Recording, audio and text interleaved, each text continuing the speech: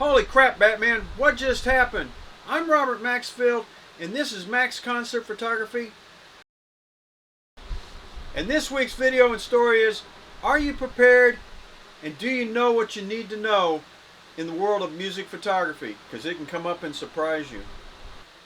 It's been a whirlwind late summer, early fall, and about a month and a half ago I had a real good thing happen to me that led to another real good thing happen to me that could have been potentially a real bad thing happen to me.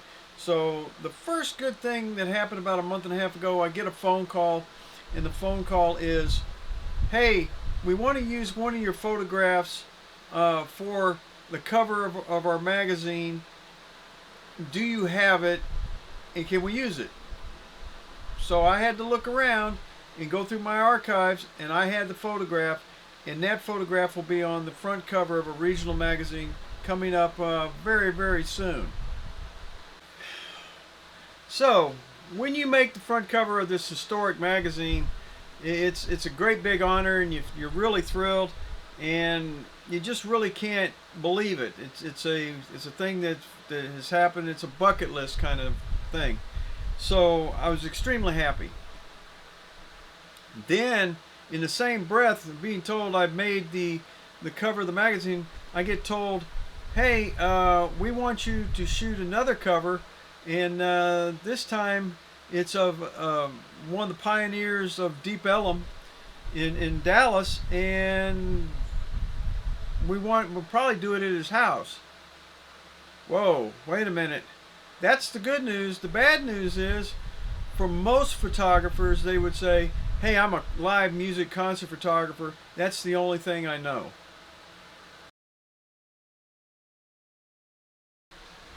Well, the good thing is, I'm not a one-trick pony, and I can do other things other than just shoot live music and do live shots. So I'd like to attribute that to a good formal training and my college studies that I did in photojournalism. Not only photojournalism, but I also recently redid my commercial photography, my photographic business, and my advanced composition classes to make them more modern and standard. In my knowledge, I went and redid and retook those courses over. So that stuff was pretty fresh in my mind, and that was a great help. So let me tell you a little bit about the shoot. The shoot was held in at the gentleman's North Dallas home. Beautiful, gorgeous home. And I was told it would be a Tuesday at 5:30 p.m. in North Dallas. So the first thought would be, once you arrive, you got the formalities of meeting the person, discussing a little bit, finding out a little bit about them and what makes them tick and what they want to do. And we went through his house with him, and he had two rooms that were absolutely beautiful music studio rooms.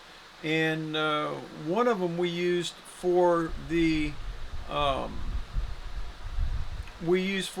for shooting the cover shot for the magazine. And you're going, well, wait a minute, it's 5:30 in the afternoon, it's probably about 6:30 now, it's indoors.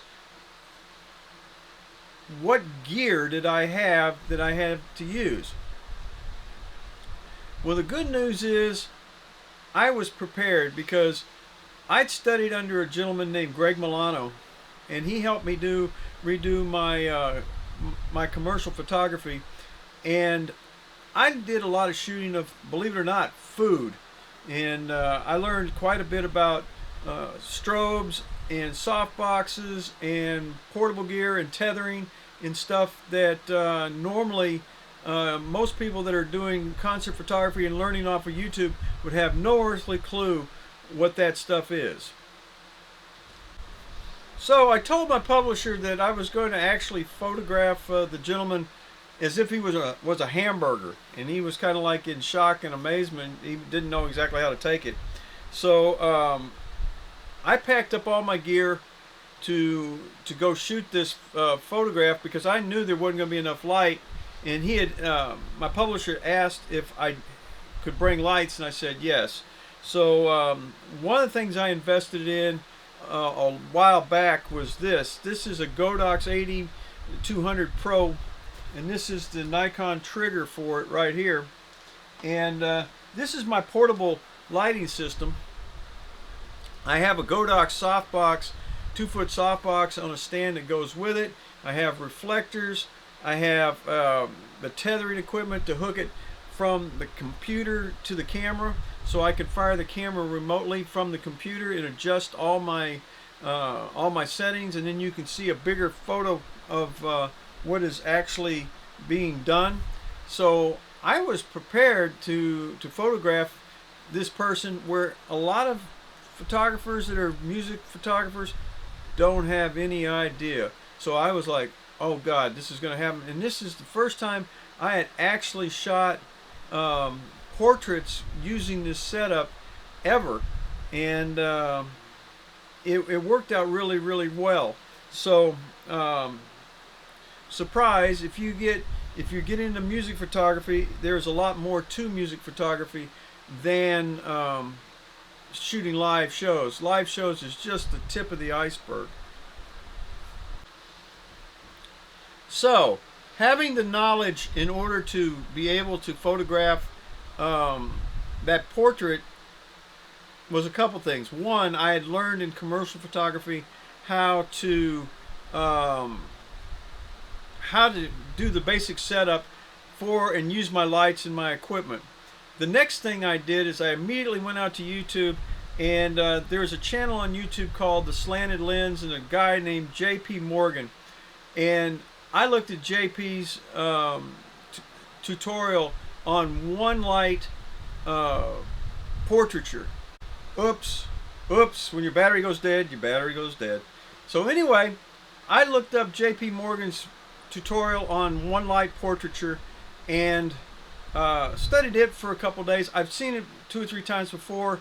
It's one of the better tutorials on YouTube on how to shoot portraiture. I've always shot, you know, hamburgers and tomatoes and cereal and things like that, and I've shot product like sporting goods and things like that, but I've never shot anything, anybody as a person. Well, I haven't since, oh boy, since probably the floodlights and Smith Victor stuff, so it's been a long time.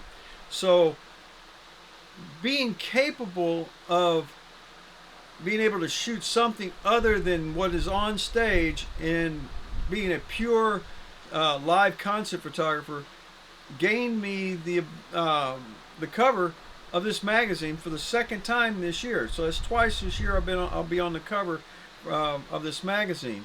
So the moral of the story is, get an education on general photography, learn how to use your equipment. Don't be a one-trick pony and only know live music photography. It's the music world is a lot more than that. I know a lot of photographers, music photographers, especially in the Austin area, that run photographic studios and do headshots and things like that. It comes in handy, and when that day comes where you are asked to perform such a task, you'll be able to do it without hesitation. And it's a very, very important thing for your future. And if you're doing this, trying to do this as a career, because instead of having to tell a publisher and an editor that no, you can't do it because this is all you do, you could take on the assignment and do the assignment and grow for even more from there. So that's this week's video. If you have found anything in this video that you like, great. Hit the like button, subscribe. It makes us feel really great when you do that. And as always, if you have any comments, concerns, confusions, anything like that, leave them down in the comments. We'll be glad to take care of them and see if we can answer them. I try to answer them all. I lost one the other day and then found it last night. And the subscriber was on, he and I were on Facebook Instant Messenger for about 10-15 minutes. Really pretty cool. And but stay tuned next week, and we have something completely different. Thanks. We'll see you. Goodbye.